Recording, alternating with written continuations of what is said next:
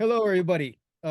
Brian Z here from Connecticut. This is yet another session of the Modern Arnis Roundtable with some of the current seniors of the top tier in Modern Arnis worldwide. In no particular order, we have grandmasters across the board today. Bram Frank, Bruce Chu, Michael Bates, and Chad Bailey.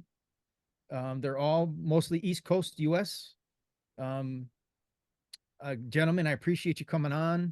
As usual, this is basically coffee time with the masters. It's informal. It is not meant to be an interview.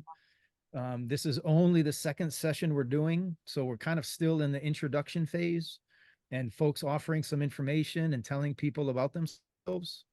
Again, we're trying to reach out to everyone interested in Modern Arnis, regardless of whether they're new or they have, years or decades in. So this will not be put out live, but it will be recorded and released at a later date. So in no particular order, I'd like to start basically from my left. We have Grandmaster Bruce Chu from Florida. I'll ask you guys all the same questions, in essence, meaning a little bit of your background, when you met the professor, what have you been doing in these last several decades, because it's literally been decades now. The one of the things that I knew about this group coming into this is that we all started in the 80s. And I think Bram and I go back to almost the beginning of the 80s. Bruce was in the 80s, and Bruce and Chad were right in the middle, 85, 86, and Michael wasn't far behind. So we truly have a group of OGs once again, meaning original gangsters. Not That's a term of endearment. That's not old gangsters. I'm not ready for that yet. Maybe maybe someday. I'm sticking to the term OG is a prison term. It's a reverence. It has respect, meaning staff or inmate. So I hold that term near and dear to me because I've seen fine examples of it over the years, and I'm looking at a handful of faces right now that every bit deserve that reverence. So in no particular order from where I'm sitting, Bruce, you're to my left. So why don't you start, take a few minutes, and then we'll just move right down the line. And if we have time for a couple of questions, guys, we'll all take a turn at answering some questions. Okay, Bruce? Thanks. Brian, thank you for doing this, especially when you're on vacation. I appreciate it. My name is Bruce Chu. I'm probably, I don't know when I started professor, sometime in the 80s. My first experience with Modern Arnis, I was in college and read an article about him, this guy, and I dropped out of college and I went to go find him. Back in those days, the back of Black Belt magazine, it said their names of schools, and said he had a school in Los Angeles. So I moved to Los Angeles, met Mike Rapogel and Jeff Arnold and some of those guys, and I started there. And then through them, I met Professor and been training ever since. There have been a lot of times in between where I didn't see him because he was doing his thing, and I wasn't traveling at that time because I was young. And so there'd be years when I wouldn't see him. I could only practice what little bit I knew. But I mean, there's really not much to tell now. I do seminars now. He said he wanted me to go out and do them, so I started doing them with his permission. And then after that, after he passed away, I almost stopped, but then I got back into it, and I do a dozen seminars a year, maybe. That's about it. I'm very fortunate. My kid, you guys all know my youngest son. He travels around a lot with me now, so that's been a lot of fun. So, but you I'm left college to study Modern Arnis. Yeah, my dad wasn't happy. You told me the story. I asked to leave anyway, so I left before that happened.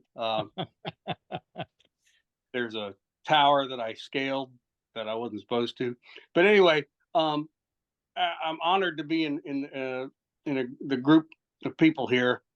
I consider all of you my teachers as well. I've learned so much from all of you guys, and I just appreciate, and I'm humbled to be in the same room virtually with all y'all.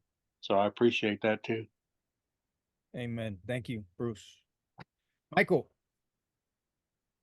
So I am, interestingly enough, crunch some numbers. 2 weeks from this Saturday, 2 weeks from this Saturday will be my 35th year since I met the professor.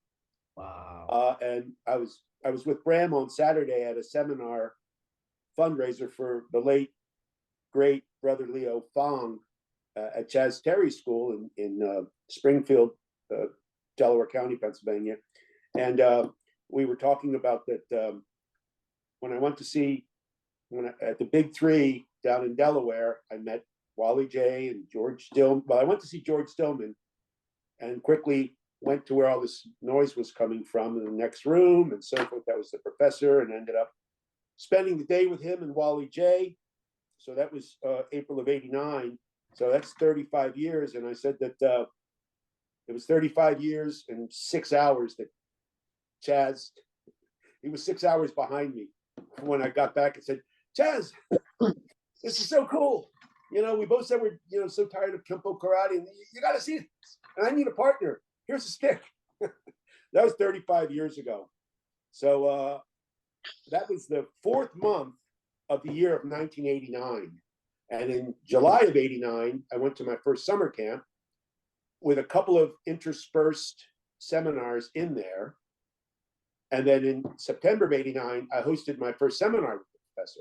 So even though it was 4 months into '89, I hit '89. And then when my foot got out of bed, January 1st of 1990, it was pedal to the metal. It was summer camps, it was seminars, and so forth. And then, come to find out, the professor had been in my backyard in Ardmore, Pennsylvania since 1983. My girlfriend, Karen Palico, worked there. I used to work there. My fiance, Karen, works there. And my wife of 33 years, still works there. And it was at Joe Bridenstine School. I mean, it was in my backyard, 15 minutes away. For 5 solid years, I drive 50 miles south to Delaware to meet him, then drive 400 miles north to New Hampshire for the first summer camp. And there it was. And then after that, that was it. And then, as we know, one of the things he and I used to talk about, that I said this at the seminar on Saturday, so Bram's hearing it again. And this is an old chestnut. I'm sure you've heard it, so forgive me for repeating. I don't claim any ownership of it, but it's not the number of years that you have it's the number of hours.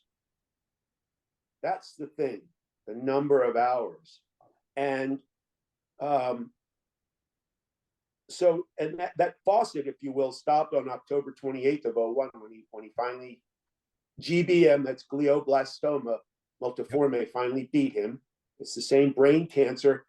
As soon as you said brain cancer to your friend you're going to see and student down in Texas, I believe, you say brain cancer, that's generally GBM. But you said he lasted for 5 years, and the doctors gave Professor 12 months max, and he lasted for 10, kind of thing. So that's the beginning of the story. The end of the story was also in Philadelphia, but that can be for a little bit later on. So we can just move on from there. That's me. Well, before we go any further, Mike, please just give everybody just a brief synopsis. We went to the 10th reunion, most of us, in 2011 in Buffalo. And that's when you made the announcement you were going to initiate the Hall of Fame camp.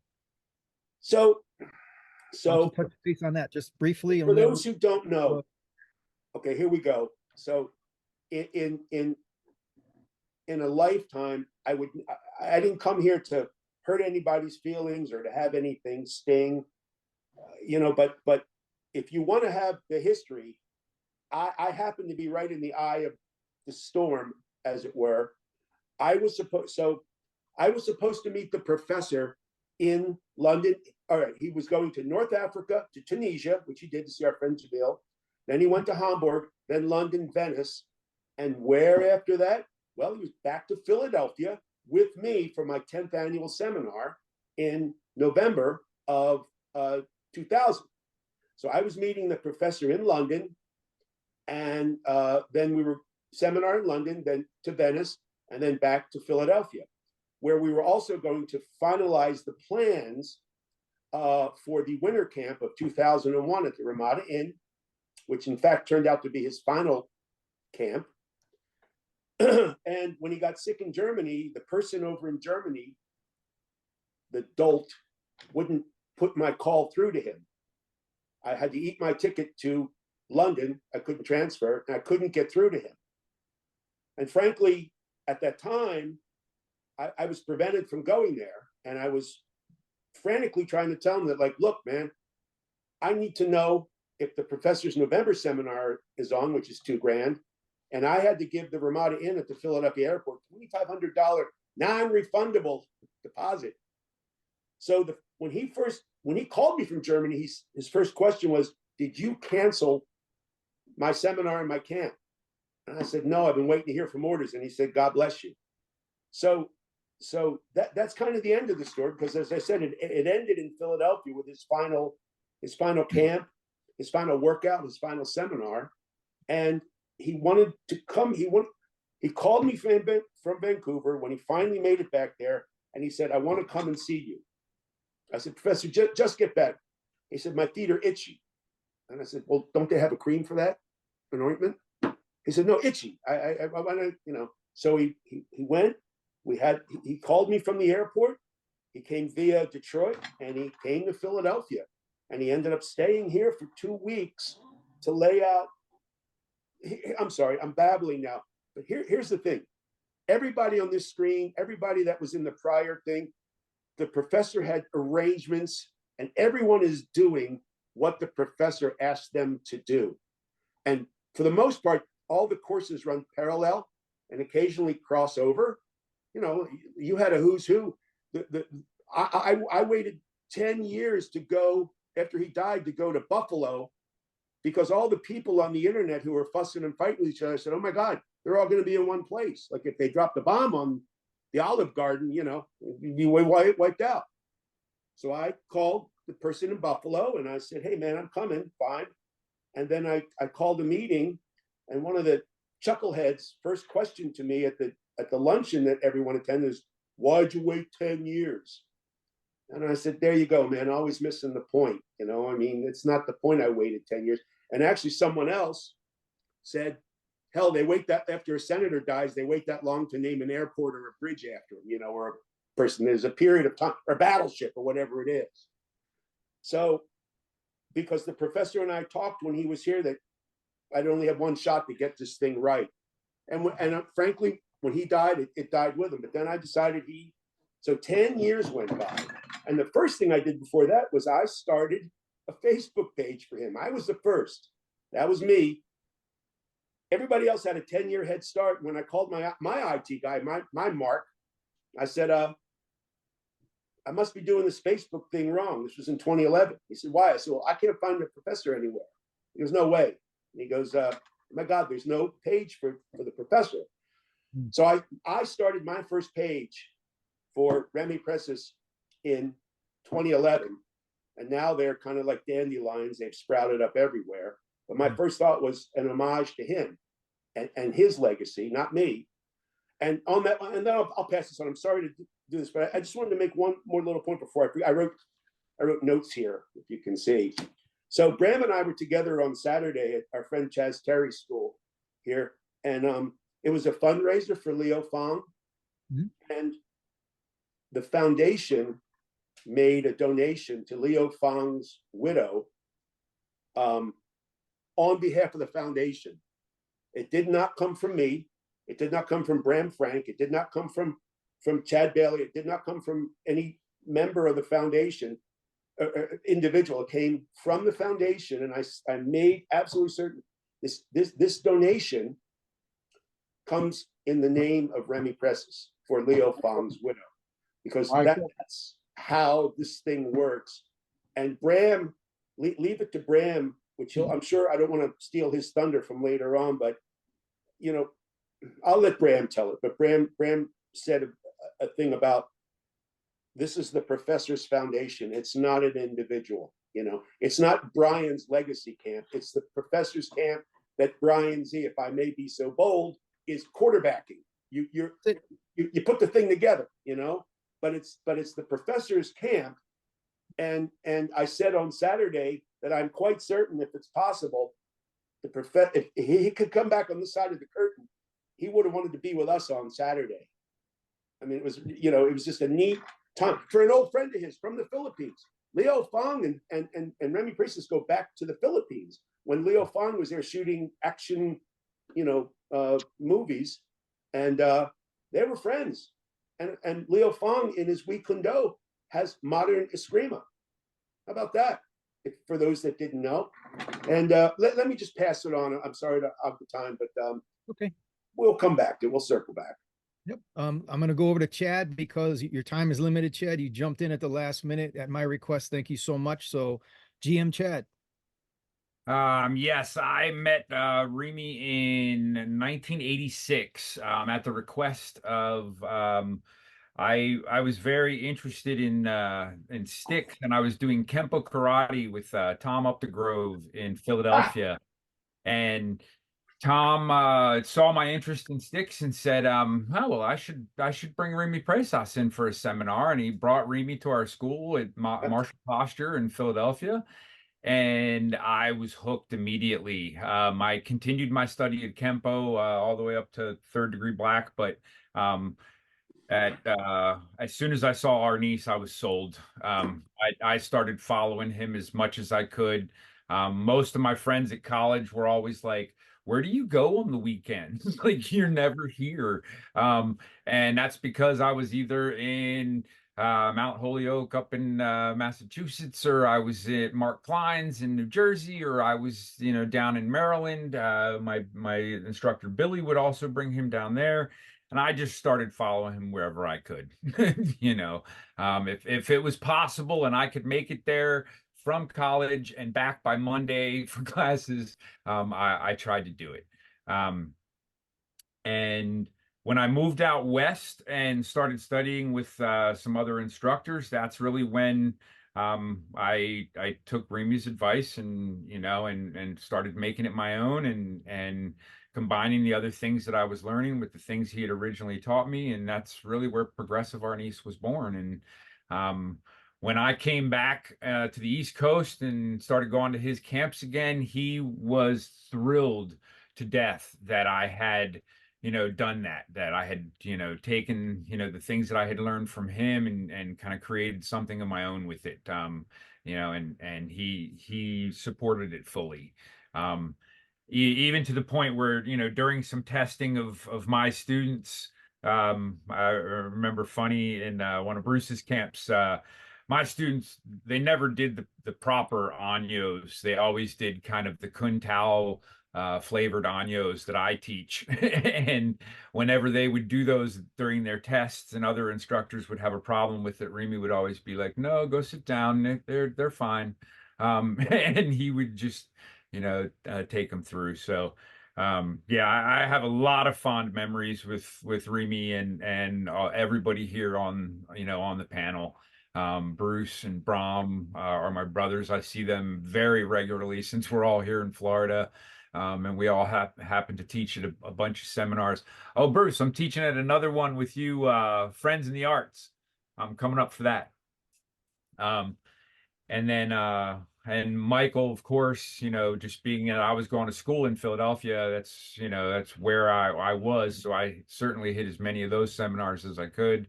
And Philly has always been my home base. So well, Tom Up the Grove and Joe Bridenstine were best buds.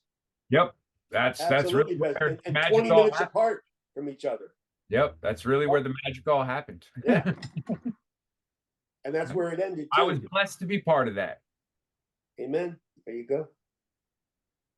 So Chad, before we move over to Bram, what's a typical year like for you? You do camps in Florida in February, early February, but you also do Colorado. There may be another one in last year. I totaled them up. I did 30 camps. And I think 8 8 to 10 of those were mine, and then the rest were at the request of other people. I do a big camp called Rocky Mountain Thunder every year in Colorado. I try to hit the Hall of Fame camp every year in Philadelphia. Um, wherever I have people that that want to train. And I also wanted to say, oh man, Brian, you are in for a treat up in April when Jack comes up. I just did his Spotty Dogger class last week, and yeah, it's going to be some fun. Awesome. You keep very busy, my friend.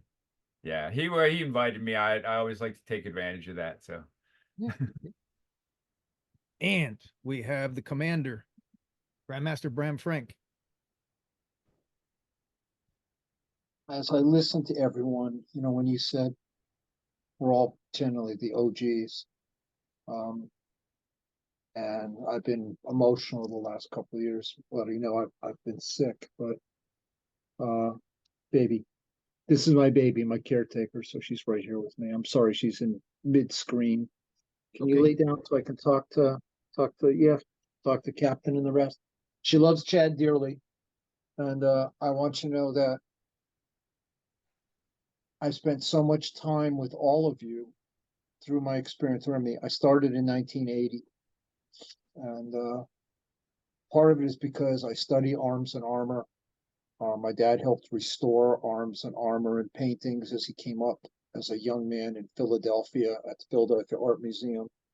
And he has a dual degree when Philadelphia College of Art and Design and UPenn were one. So he has an engineering degree and he had an ID degree. And through that and everything, because I loved arms and armor, every martial art I took told me when I get to a certain point, I'd be allowed to deal with any kind of weapons. And I knew about Remy, because of Don Draper and stuff. I knew about arts of Asia, and I went away from karate per se, just as a generic, and went to Chinese arts because they let me. They have lots of weapon stuff that they're willing to do, but even that sort of archaic. Nobody did HEMA back then. We weren't even allowed. I went to a couple of universities with my dad helping me out because he was a restorer, and in the library hidden that you had to have a doctorate to read some of these books. I said, "Can I see them?" "Well, you can't touch them." I said, "I don't care. I just want to see them." "You can't read them. They're in German or they're in French." Or I said, "I don't care. I just want to see them, sword manuals and stuff."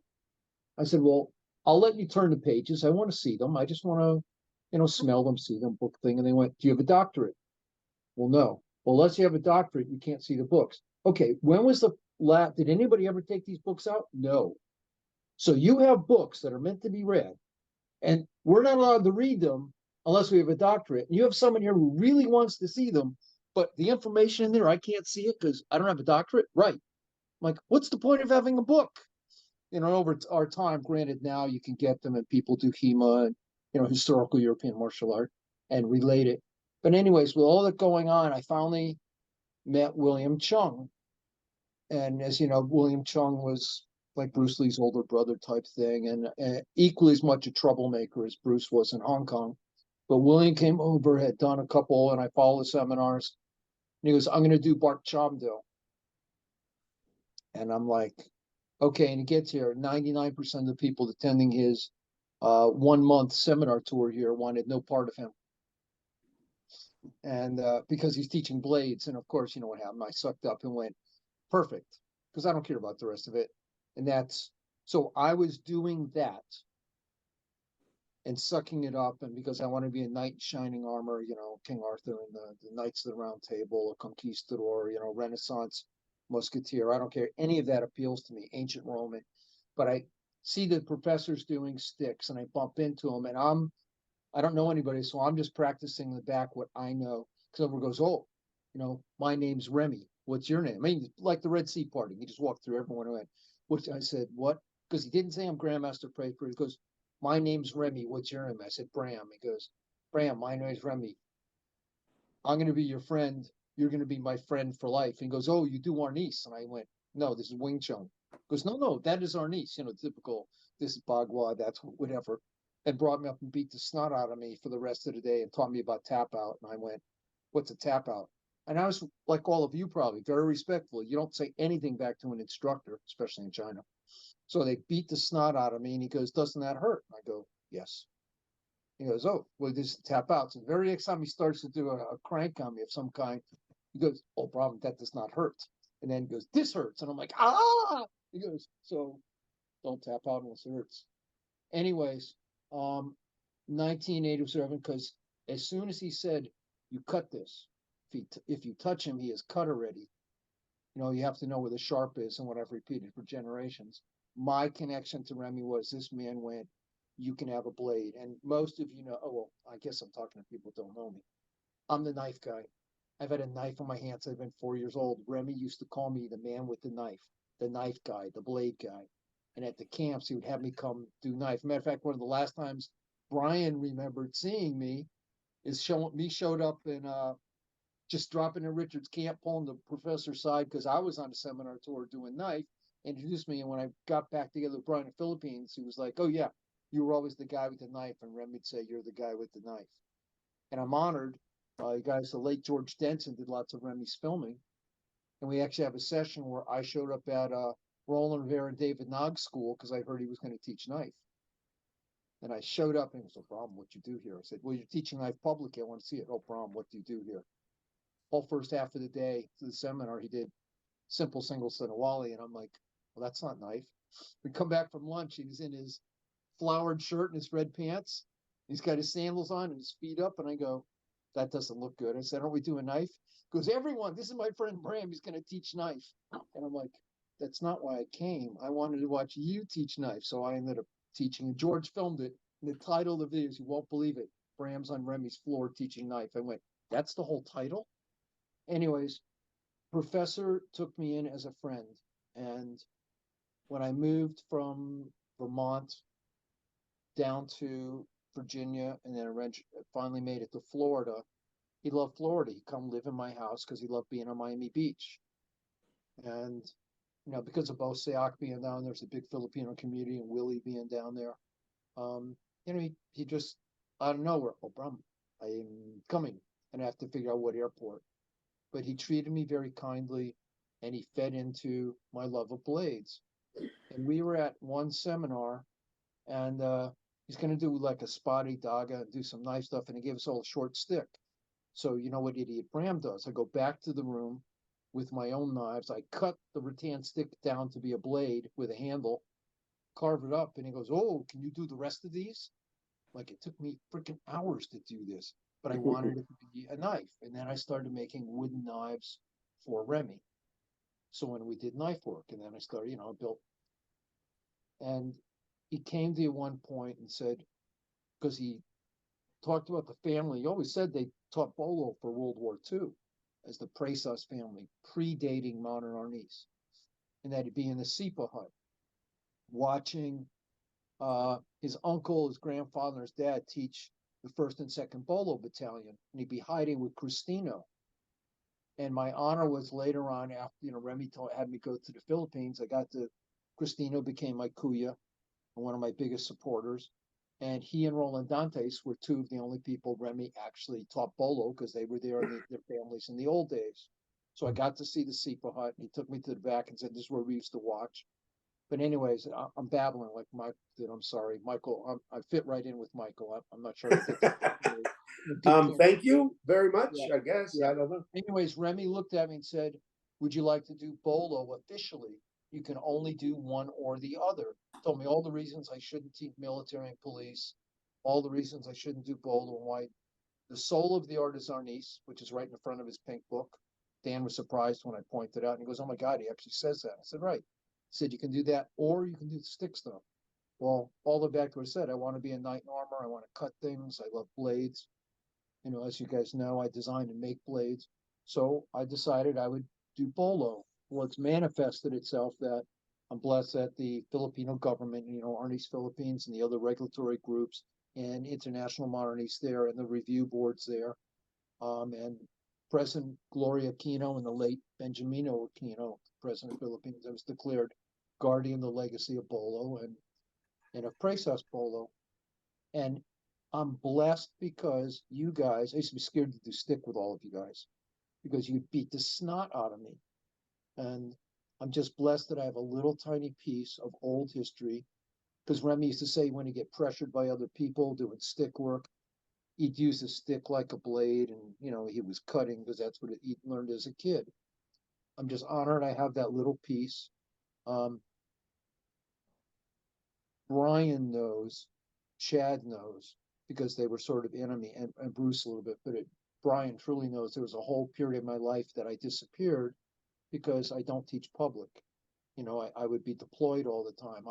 So Remy said, that's, I done with going up to teach some of Brian's guys. Everybody knows I taught out of, McDill, taught CENTCOM and SOCOM, and I teach combative modern Arnis to different teams around the world. And that's where I joined. That's why Thomas Lehman, Thomas, I grabbed him in like 91, and he met me, and I had him meet Remy, and Thomas has never left. He became my most active senior student, and we would travel to whatever country they would deploy us to, where I taught knife and combative knife. And then Odessa became part of the group, and Flo and Dazzler and the rest. Marco teaching the special forces out of Venice, and even, Thailand and China, especially in Israel, because a lot of my family's been in Israel since 1918, and considered by Sharon, and then I was just confirmed a few years ago at Dennis's 80th by Netanyahu, and by Dennis himself and Avinardia. I'm the father of Filipino Israeli knife combatives from my decades of teaching the teams. Anyways, what I've got that all of you know, I'm blessed that Remy gave me one little tiny piece of the Presos heritage to do. And then I was honored that Michael had me come up. I saw the will. And, Remy was, would forget things. I was on my own. And that's why I brought up Brian, that he knew that I would drop in because Remy said, you're out of the nest, go teach. And I couldn't teach and always be at all the camps. But I used to go to 3 or 4 camps a year. I'd follow him to whatever seminars. He'd be at my house. That's how I got to meet Bobby Tabata. He brought him up from New Zealand. I met him in my living room. And Bobby is still my kuya. Remy said, go to the Philippines. Then I did. I've been in the Philippines for many, many years, and I'm married to a Filipina. But anyways, Michael had me come up and said, here's Remy's will. And I read it. And of all the things we've done with Remy, here was Remy's written word. This is what I want to do. Start this foundation, preserve my legacy. And like Michael said, it took him a bit to get around to go, maybe I can do this. I'm honored to be part of that group. And then we took it to, we called around and we took it. I said, why can't we take it to the embassy and to the consulate? And we did. And they looked at Remy's will. And after Republic Act 9850 in Remy's honor with Gloria Aquino, the president back then, she passed 9850 because Remy's dream was that Arnis be officially the sport culture of the Philippines. Sport culture means sport, traditional, and combatives, that they have to do it because he was worried that they did karate, judo, whatever, more than they did Arnis. He wanted to preserve Arnis in the Philippines and make it their national sport, make it their national art. We don't need anything else. We Filipinos have this. And because of that, when Michael, David Giddings, and I got to the embassy, they said this is a no-brainer when they read the will. He's a hero in the Philippines, and we passed 9850. We said, can we be like the center? Not the authorizing body, but can we do? He said, yeah, Remy said to do it. You have his will. Then they had us go up to the consulate. Michael and I and David went to the big Independence Day dinner there, black tie affair, got to meet Cristobal, the first consul general. And they all went, oh, yeah. They were so, we knew Remy. He's a hero. I think all of them. Hey, Bram, I beg your pardon. Can I jump in 1 second? Because I tell the story better than you. Well, hang on, guys. We're going to lose Chad at the top of the hour. Oh, so rats. I'm sorry. I have one question. That's okay. I have I'm one sorry, question. I'm going to have Chad answer, answer, and then we'll resume this. Mark, Okay. where are we at for time before we go any further? I think we're at 35, 40 minutes, somewhere around there. Okay. Yeah, we're doing good. So one question I thought would be worthy of this group, because we all go back into the 80s, and you can answer this how you see fit, guys. It's not really a 2-part question, but I don't know how to narrow it down. what does modern Arnis mean to you, and what does it mean to you, but also what has it done for you, be it as a person or a martial artist? And that's a big question. No, but I'm doing that on purpose. So Chad, what has it done for you, or what does it mean to you in this day and age, keeping in mind you're in this thing almost 40 years at this point? Yeah, the thing that comes to mind, what does it mean to me is it's the root. You know, it's the root, it's the foundation. All of the other things that I do in my curriculum are rooted in what we do in Modern Arnis. That is the basis, you know, that everything, whatever the progression is, it starts with something, you know. So for me, it's just the root. It's, you know, it's where I go, you know, to look at the foundation, to look at the, you know, the fundamentals. And what has it done for me?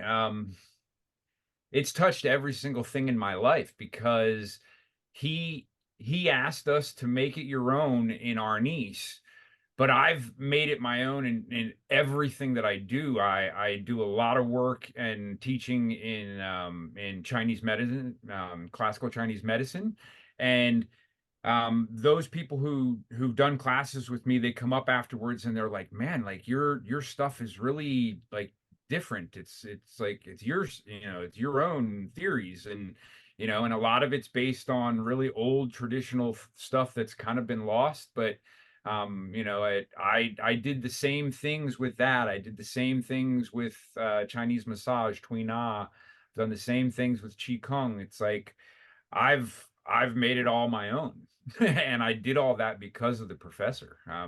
Without him, I can't say that I would have seen that opportunity to, you know, to make it, you know, to make it my own. So, yeah, I have to thank him for all of the different things that I do, because they're all touched by him. Yeah, that's very well said, and that's big. And you know, we all have different names for what we're doing: CSSDSC, the Art Within Your Art, Arnis International, but Progressive Modern Arnis. What you're doing, that's one of the most adept names that I've come across, only because you can really see it in what you're doing, and it's been seen for decades. And all these names are wonderful, you know, and it's the person behind the names, regardless of the names of these different groups or what we're calling it, you know. But having watched you all these years, it really, your name really kind of stands out in the sense of it really shows in what you're doing. Well, I echo that, and I'm going to jump in because when Chad, if you watch and you watch his classes, you look at his curriculum, it truly is progressive, because it is not stagnant. It is a fluid living thing what he teaches. It constantly grows. If he sees something tomorrow that he thinks will benefit his students and it's not in there, it will be in by tomorrow night. It's just the way he is. Still taking notes to this day. Oh, his notebook will put college professors to shame. Yeah, it's a national archive at this point. He came up to do the camp for me a couple of years ago when I was teaching. He's in the corner taking notes. I'm like, you got to be kidding me. But it never ends. No. Then Chad, I know you got to get going at some point. Just sign off when you have to. Thank you so much for sharing that, particularly your answer, because I know what I'm asking, and I'm doing this for a reason. It's not every day that 4 or 5 of us get together with collectively a couple hundred years of modern Arnis in the background. Thank you guys. I love you guys. You're all my Modern Arnis brothers. Thank you. See you in a couple of weeks. Got it. Looking forward to it. Work continues. So let's go back. Michael, you're going to jump in and help Bram for a minute, and then Bram's going to... I tell the story better than Bram. Thank you. Okay. And bye, Chad. So I clearly have too much time on my hands. I just decided I'd sit down in 2018. I sent an email to the Philippine ambassador, and he got right back to me. He said, I don't know who you are, but I'm going to pass this off, and would you like to come down for a visit? And my office will contact you. So the Thursday before summer camp at Villanova, Bram, and this is the funniest part of the story. You appreciate this, or hopefully you will. Karen took Bram, Dave, and I down to Wilmington, Delaware, to take a train down to DC to spend the day at the Philippine embassy. And we rode down on the Biden Express. And you know who was just Johnny Raincloud all day. It was, I mean, that's the funniest part. And he's mumbling to himself. Well, anyway, we get down there, we have a lovely day, tour the thing and do all the things. And then they called the consulate on Fifth Avenue in New York and said, we'd like you to host our friends here. So we got home. Karen picked us up in Wilmington, which is about a half hour south of us here, right on I-95, right down there. And we got, unfortunately, it wasn't the Biden Express going north.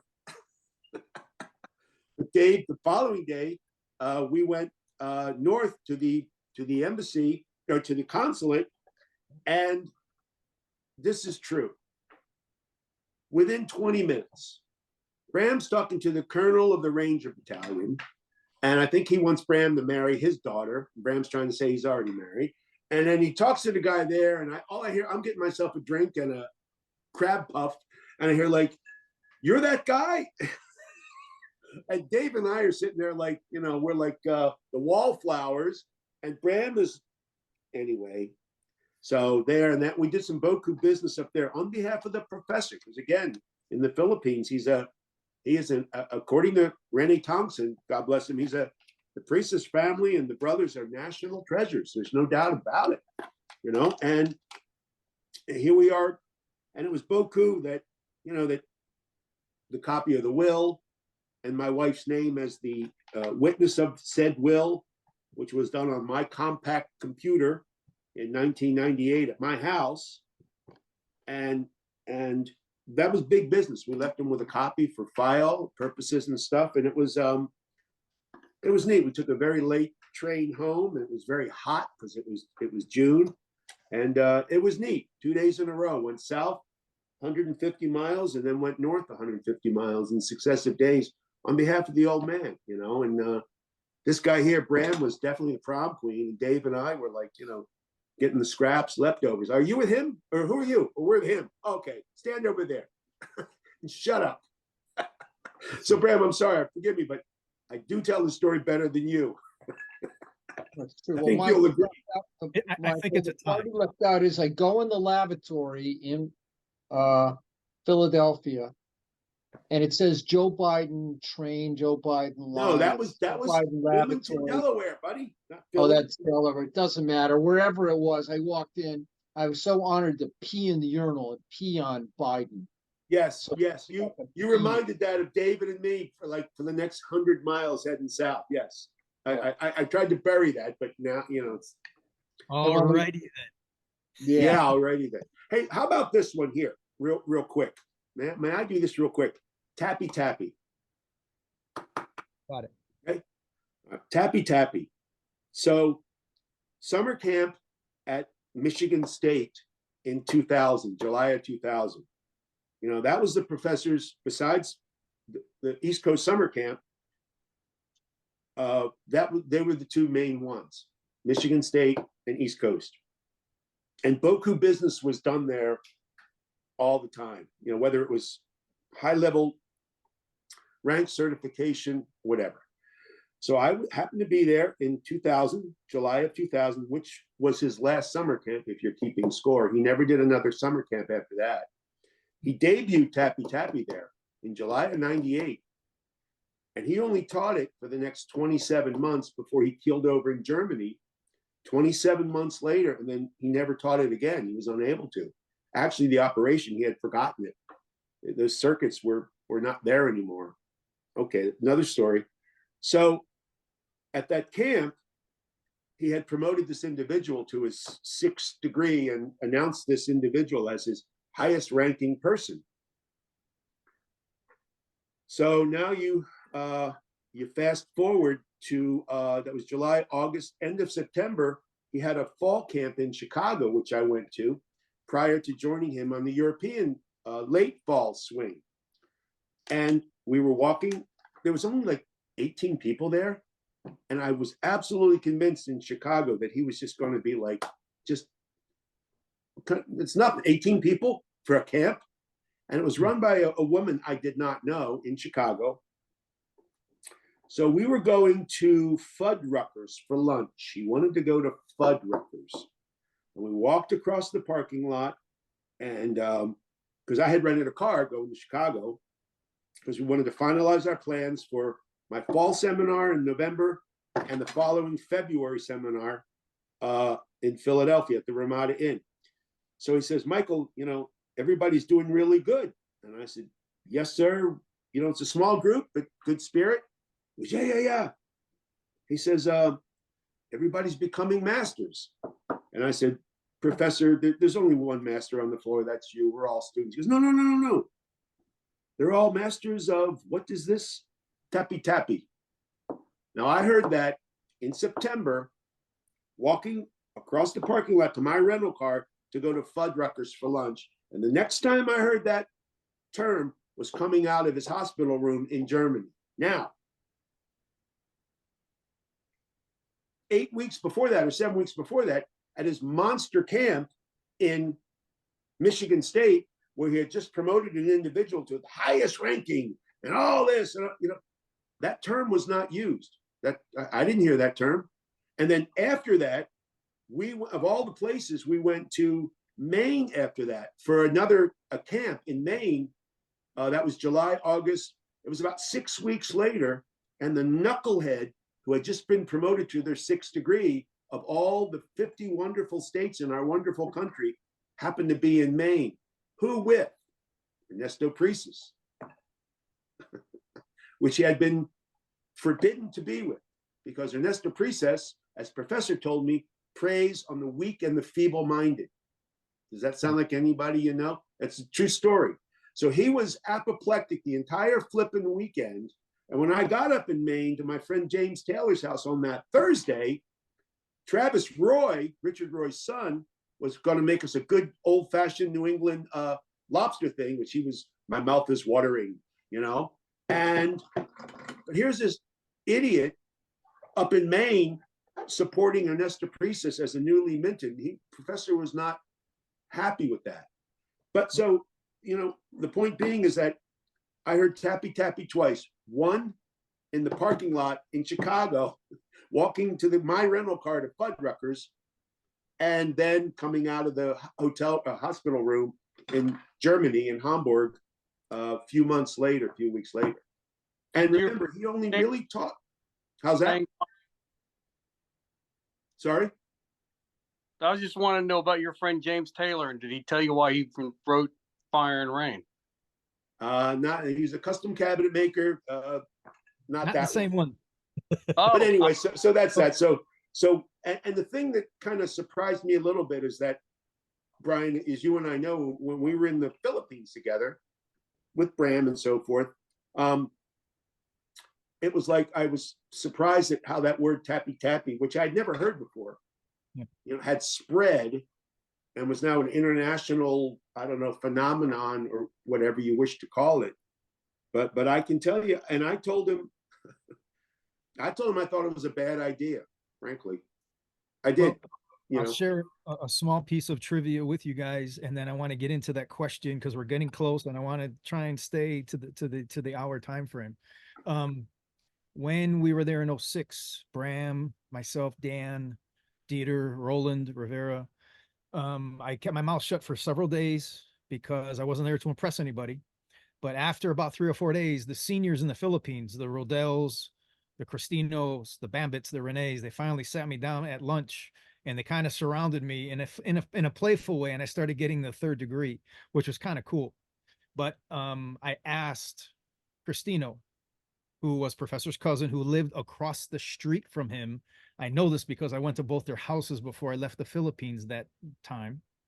I said, what did Professor say about Tappy Tappy? And can you talk to me about that? Can you teach me about where it came from? And this is coming right from the late Cristino Vasquez, Grandmaster Cristino Vasquez. Tappy in Tagalog means tap or touch. And per him, Professor coined the phrase tappy tappy. And it doesn't necessarily mean one person taps one person twice. It's in totality, it kind of blends into the decadinamine. It's a chain reaction. It's got to start somewhere. So whether someone strikes and you counter, or you bait them, or get them to counter you, it becomes tappy tappy is a infinite term that involves counter for counter. So the English translation per Cristino is counter for counter, but it doesn't matter who starts the volley, so to speak. So I found And I guess for me, my point, or to try to put a point on it, is that in the 12 years that I spent with him, I had been to 15 summer camps, fall camp. He never did tappy tappy in 89, 90, 91. He never did that at camp. He never. I had him in Philadelphia in 12 years. I think I had him better than 25 times. And in a 4-hour seminar, he never did cane sparring. He would always say, "You have it already." I mean, he never did. I mean, they say that politics is local, and I agree with that. So if training is local too, I mean, I was in mass camp 6 times. I was in Michigan State 4 times. I was in Texas 4 times. I was in Atlanta 3 times. I was in Chicago twice. I mean, on and on and on. And that doesn't even count the seminars where you'd get there on a Friday and you'd end up, the seminar was on Saturday, but you'd end up training Friday, Saturday, Sunday. Yeah, I mean, it turned out like that, you know? So I never heard that until. Yeah, can I step in for 1 second, Michael? Yes, sir. Can I step in? Because I have almost the opposite. Because I'm, Brian is part of my group on and off, even before I really knew who Brian was. But Bruce and Roland were, and because I was sitting out of North Carolina all the time, where Remy had been living and doing stuff with David, now I saw the opposite, and I was scared to deal with all of them because, like I had said, they beat the snot out of me. Because left on right, I started hearing the term tappy tappy on the side, and I thought that, to me, Brian looks like the old man when he's teaching, and Bruce and Roland. And I found that Dan Anderson called me and said, "What's tappy tappy?" I said, left on right sparring. He goes, "Yes." I said, "It actually has a format to learn counter for counter. Not that it's an art unto itself, but there's a whole training format and ability to be able." But that's what I mean, down in Florida and back and forth to places I was at. And like I said, I'd go up and see Brian. I don't remember much at camps, but in the seminars where I was with him, be it North Carolina, Florida, up in Connecticut, back in places, I watched him do it. And I honestly admit, to this day, I'm still scared to deal with any of you, especially those guys who do it because they beat the snot out of me. They do that. But Dan actually asked me, but I'm like you, I never really saw it at the camps, but we started seeing it in the Florida camps when I stopped doing them and Bruce started doing them. Yeah, 92, camp in 92, I think, is when the Yeah. first I saw him. And I remember you guys wouldn't do knife with me and I wouldn't do stick with you, and especially Roland, and you would beat the snot out of me doing quote unquote tappy tappy. So and then later on, Brian was kind enough not to embarrass me in public a lot of times. Well, not to be argumentative, but in 92 at mass camp, he wasn't doing tappy tappy. And more than that, Joe Bridenstine was there at Jim Clapp's school in Newark, Delaware in 85 when he did the first 7 videos. I mean, everything was on the videos from Rombida and Spadidaga and. No, but he never let us. But I was at the 92 camp and we did it at Richard's camp. But remember, he called it prearranged sparring. Yeah. And then he called it prearranged left on right. We weren't allowed to do that part. He did it. I'm actually thinking. I was there and I didn't learn it. So I must have been asleep or something, because I was there in 92, 93, 94, 95. And I didn't learn it there.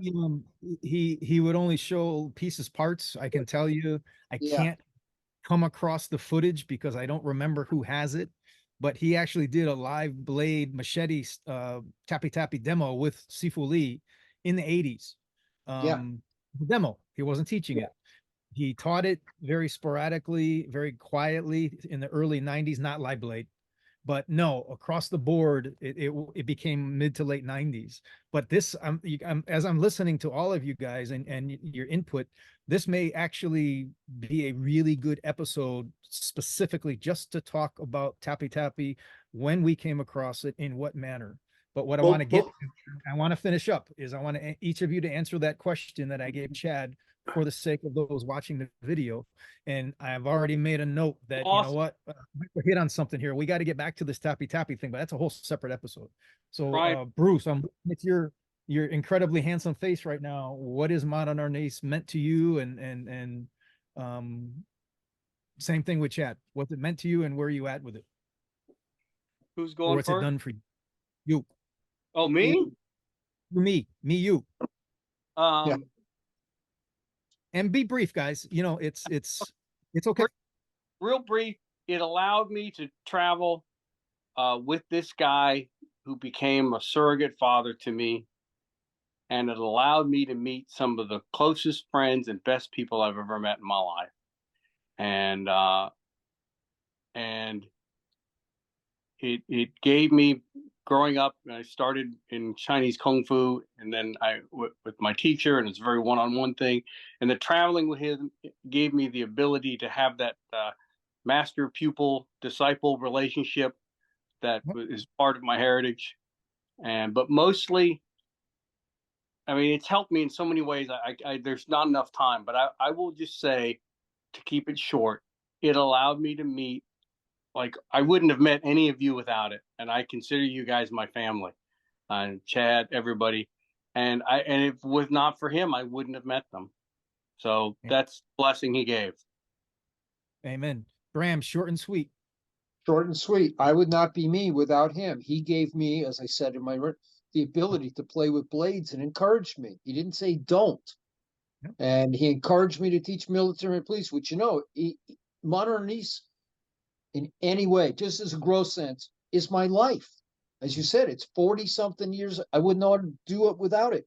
All my knives are named after the Philippines. I'm married to a Filipina. I live part-time in the Philippines. It's so part of my life. I travel there all the time. I'm married to it. Remy Presas became like my grandfather, because my grandfather taught me things. I had it better. Anyways, but he is part of my life. When he said, oh, you super modular CSSD is, as he said, I supercharged his Arnis. You found a better way to teach it, per se, because I teach whatever. He's my life, and I would not have met all, as Bruce said, all of you. You are an integral part of my life with Maria. Bruce is an integral part of my life from early, and Chad, and then Michael comes in later. And guess what? Everybody, the main people I've met like this, who we all love Remy and love Arnis. You have become my family, and if someone said, who's your family? And you especially, young man, you know how I feel about you. And Bruce, you have been stuck with me and my daughter Rachel and my wives and everybody all the way through. But Remy Presas and quote unquote modern Arnis, he gave me a chance to have steel and Amen. encouraged me. And nobody else encouraged me. I mean, you guys laughed at me and encouraged me, but Remy Presas is my life. Modern Arnis let me be who I am. I would not be. And he would sit at not the fact that we sat at the house, we ate together, traveled, because of him. I teach military and police, my life. Anyways, I owe Remy Presas and modern Arnis, but Remy Presas, the man, my life. I don't know what else to say. Well said. Michael, I know he spent a lot of time in your backyard at your pool, and there's a lot of personal connection, as there was for all of us. But Sure. short, sweet. You're up. And so that's the funny Good thing, and Brian. hardest. Leave it to you to hit it right on the head. Yep. Because people would say to me, "Oh, this and that." I said, "Listen, man. When we were here, the last thing I wanted to do was train. You know, I said to Professor, it was our joke. I said, Professor, if the word ever gets out that you were staying at mine and Karen's house, and I put you to work, I'll never be able to live it down. No, it's all right." I'm like, "No, just relax. You're supposed to be." So he'd take a nap, and then he'd read the newspaper, and then he'd say where we're going for dinner, but training, and that is when the seminal thing he said to me by my pool, very good, and he said, "I have thousands of students around the world, hundreds and hundreds of instructors and business associates. I have very few friends, and you're one of them." I wouldn't trade that for anything. And that's what it was. You could come here and be quiet. Now, the next part of the thing is, if I may be so bold, like Maria is to you, Karen is my life. Arnis and my martial arts is a part of it. Now, 35 years is almost literally half of my life since I met the old man. However, when I was 15, I went into a Tracy's Kempo karate school here in suburban Philadelphia, and that was it. So now I'm 55, almost, I'll be 69 in a few weeks, third week in April. So, but let's round it up to 70, not that I want to. But so that's 55 years. So that's, but it's just a part of my life. It is not what people always say. Did you go see the new Chuck Norris movie? No. Why would I want to do that? Then you must have seen the new Steven Seagal movie. Why would I do that? No, this is what I do. It's not glamorous. I say it's just what I do, like tying my shoelace or brushing my, well, actually I floss more. But anyway, my teeth, I just don't, it's one of those things. So I, and that was the funny thing with Remy is that obviously you could say it was 9/10 of his life. You could say it was everything, but he loved to relax, and he loved to be non-controversial. He loved to read the paper. He loved to talk sports. He loved to talk some politics. He loved, especially if it was the Philippine politics of how things were going. So he put his pants on one leg at a time, and he had his faults too. He was no saint, and he regretted a lot of things. So that's it. And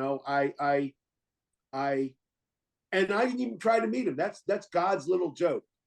God is great. I went to see George Dillman, and I ended up with Wally J and Remy Priestess, taken any day of the week, Wow. And then introducing my dear friend Chaz Terry to it, brought now Leon J. And then that segued into the late brother Leo Fong, but you scratch the surface, Remy's right there. Well and said. The fact that he can bring us together 23 years later after he passed away, August 28th will be 23 years. He can still manage to bring us together.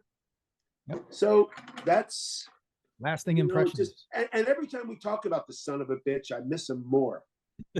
Talk about the ultimate paradox. You talk about him, you reminisce, you cross coordinate or correlate stories. Leo Fong told me some great stuff from the Philippines, just great, and it makes you miss him more. Well, amen. Yeah, it does. Man. He's alive and well. Just he's living it. We're keeping him alive. And it was said at the tribute camp in 2021. I can't quote it, but they said if you're going to preserve something, you have to capture the spirit, capture the energy, and make the connection. And I think that came from Bruce Jetnick. But guys, I can't thank you enough. I'm just going to wrap this up. We are going to reconvene on this tappy thing. And I think that the longevity in this particular group is important when it comes to that topic for obvious reasons. But I can't thank you all enough. I'm gonna ask Mark when we launch this video, when we release it, that your websites or at least the names of what you're doing, be it CSSDSC for Bram and Arnis International for Bruce, Progressive Modern Arnis for Chad, and of course the Hall of Fame Foundation with Michael, which is coming up is it late June this year, Michael? It's always the weekend after Father's Day, right here in suburban Philadelphia. And we're on, as we have been since 2012, 2011, on Facebook. You type in Modern Arnis, hopefully we'll pop up. We'll get the link to the Facebook page there. And Brian, just when you said it, because the only thing I really care about, I don't care about the military and all the odd stuff on whether I go or not. But this July, on my birthday, around the 19th, Mish has up BramBirthdayBash.com will be the first Presas Legacy Bolo camp for Legacy of Presas Bolo. Nice. And Dan is my first night. Mish was the second, and we're doing Guardian Nights of Presas Bolo to keep that part alive. And that is in the Pacific Northwest, correct? Out near Mish. I'll be up in Vancouver, Washington, 20 minutes north of Portland. Right around my birthday, July 19th, but it's on BramBirthdayBash.com. Awesome. So much going on. there's modern Arnis everywhere.